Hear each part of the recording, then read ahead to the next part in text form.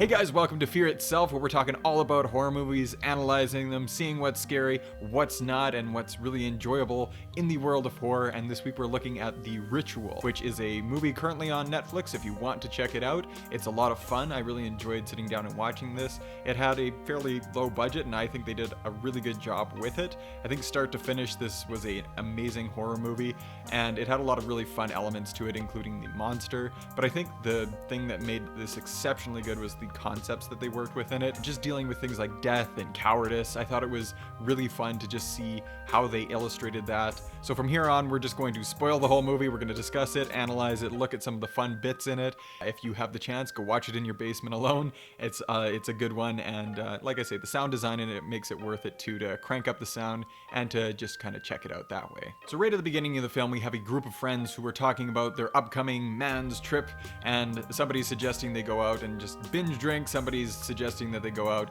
and do a hike through the Swedish forests, and so there's a little bit of disagreement, and then two of the characters break off, Luke and Rob. They head into the liquor store and they're kind of talking shit about their friends and just saying how one of them has become too domesticated. And so you get the idea already that they're friends, but they're also not as close as they once were. And so you have Rob and Luke, and they hop in the liquor store and they're just talking. And then they notice that the liquor store clerk, has been beaten pretty severely and that the store is being robbed. Immediately, our main guy, Luke, he hides. And this is going to be one of the most important parts of the movie because he considers himself a coward after this initial incident. This is going to be a runner throughout the film. The idea of Luke as a coward who wasn't there to help his friend get past this incident. And Rob, unfortunately, takes such a beating that he dies, he bleeds out in the store, and it's kind of a good, shocking, cold open. Fast forward right to their trip, and you know that they've decided to go to the Swedish forest. And Sweden lately has been getting a good rap for horror movies with Midsummer and this creepy forest flick. It is definitely a scary looking place in some ways. Not as bright or as shiny as Midsummer, however. This movie is mostly spent in dark and very dense woods in Sweden. So our characters are hiking across the Swedish countryside in these beautiful mountains, very foggy, misty looking place, and they set up an altar for their friend to honor his passing.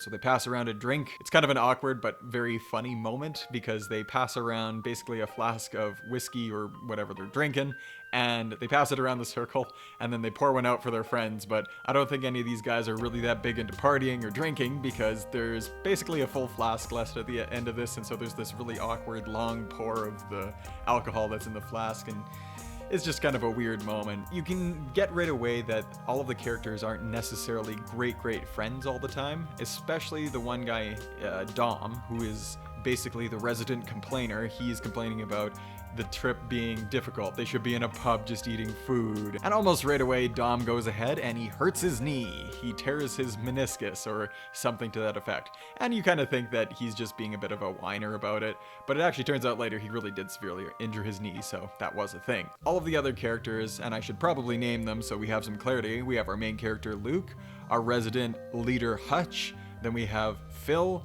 and we have the last character, Dom. And so these are our main characters. So the characters are hiking along, Dom hurts the knee, and they decide to go for the shortcut, which of course is the worst idea you'll ever have in the mountains. They're hiking towards a hostel sort of situation or a lodge, and so they were originally going to hike around the mountain range and find their way to the lodge, but instead they decide to go through the creepy, dark, deep woods. I really like the way they picked their settings here because they seem to have picked different densities of woods and trees and different sort of setting layouts. I don't know, they just did really good location scouting for their shots. And right away, darkness sets on our characters, and so the sun goes down and the rain comes out, and it is just pouring on these poor people. I cannot imagine a worse backpacking trip through the Swedish woods than what these guys are currently having.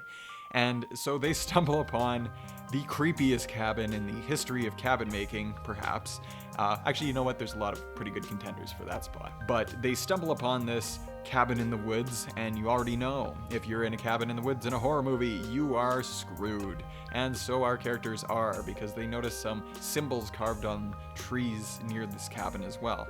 And, you know, you get some kind of Blair Witch sort of feels to it too, so I really enjoyed kind of what they did with that. Really simple, but a lot of the things they do in this movie are just simple simple, effective, good kind of storytelling thing. So I really did enjoy the way they did it. So they hop in the cabin and they're drying off and just getting set for the night. They try and get a fire going and try and do their typical let's survive until the morning sort of a thing. And they walk upstairs and they find the most unnerving statue of all time. This thing is basically a headless wicker man with antler hands, and it's just fucking terrifying. It is so good. I love the way they designed this first initial scare. It unsettles you, and it's not like they just suddenly found a body or anything strung up. Actually, I should have mentioned earlier too that they did find a deer that was gutted, sprawled in the woods, and that was unsettling enough. It was a good first initial scare. Can't miss stuff like that. Anyways, this was a good, I guess, second scare in the movie, because you arrive across this thing and it looks really unsettling, and it's in the attic, and they're all betting each other later on, I'll give you $1,000 if anybody sleeps up there. And so all of the characters fall asleep, but they all have severe nightmares. And first we have Luke, who he's laying in his sleeping bag and he gets blinded by a big flash of light, and he's brought right back to the scene of witnessing Rob get murdered.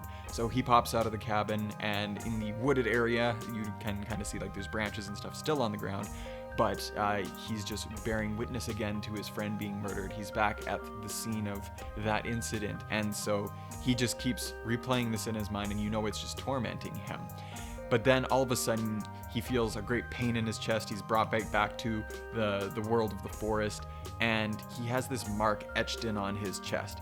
And then in the cabin, you hear everybody screaming because he had exited the cabin because he was kind of sleepwalking, but he gets back in the cabin, and this is such a great scene. I love the way they set it up, where he comes back in and Hutch has, he's pissed himself because he's had such a bad nightmare, and you can tell he's embarrassed, but it's not really funny at all. It's actually kind of terrifying. And then you see Dom, who's in the corner calling for his wife, and he's just clearly just terrified, and he's just like crawled right out of his sleeping bag. He's all huddled up in the corner.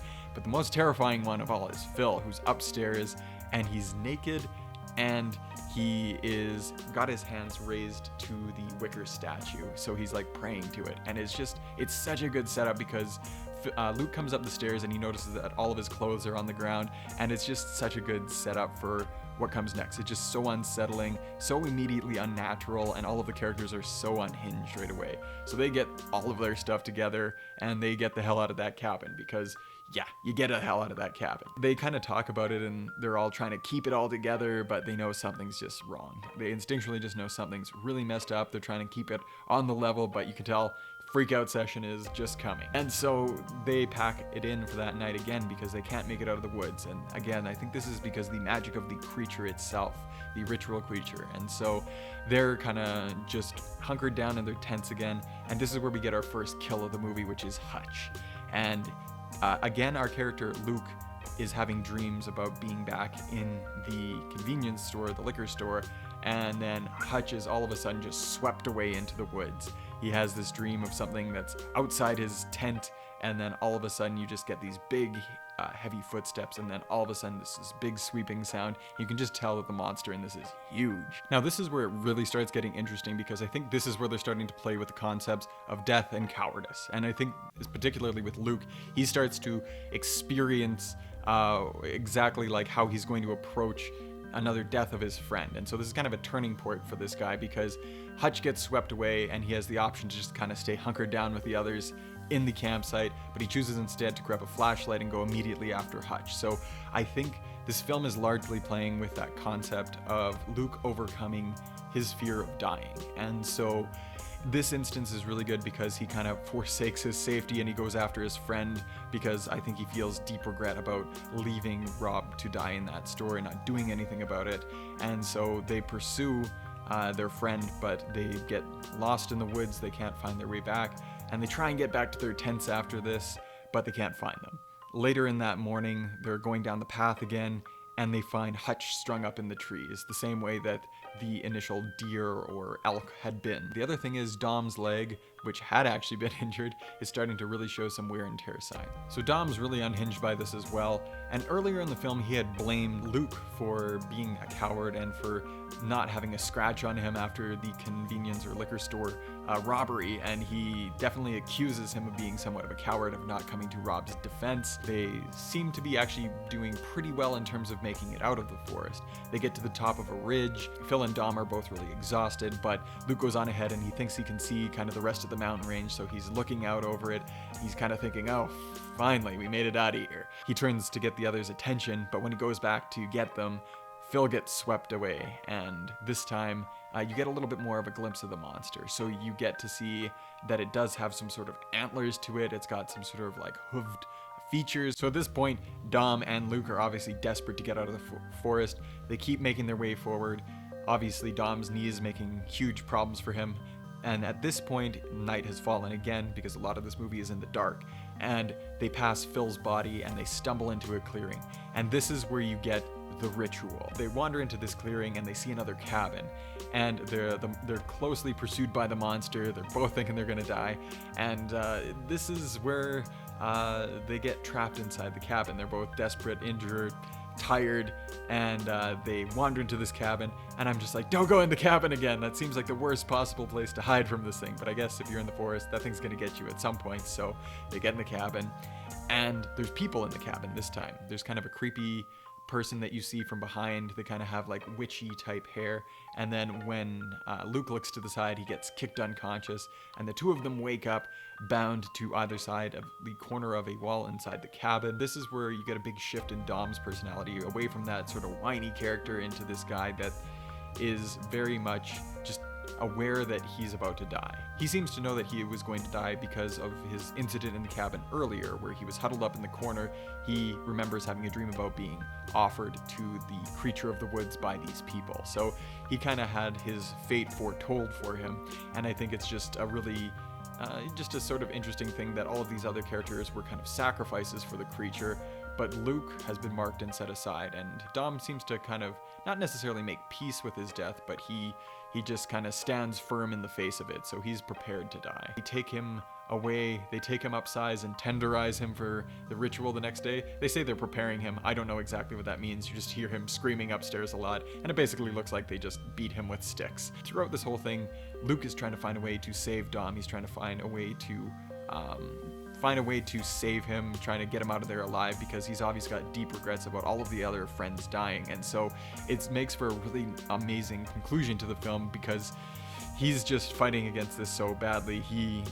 Even as Dom is taken away and put on a stake and offered up to the creature of the woods, he is breaking his thumbs and going full escape mode, and he's trying to slip his basically handcuffs. And so Dom is taken out into the woods and he's put on the stake, and Luke is somewhat able to slip his handcuffs. At this point, Dom is consumed by the creature, and this is a good sequence as well. It's a good creepy little sequence, because he sees his wife Gail come through the woods and he gets to meet her, but then all of a sudden, when Gail's standing in front of him holding her hands in front of his face, it transforms into this creature, and you get a full look at what it actually is. Kind of like elk-like. It's the size of an elephant, but then notably it's got these two hands and a face that's more human-esque, and it's kind of set back in like this dark space. So you have like these two glowing eyes, and then you have these two kind of hands protruding from it. Dom is taken away, strung up in the woods, and he's gone. And so now we just have Luke remaining. Luke,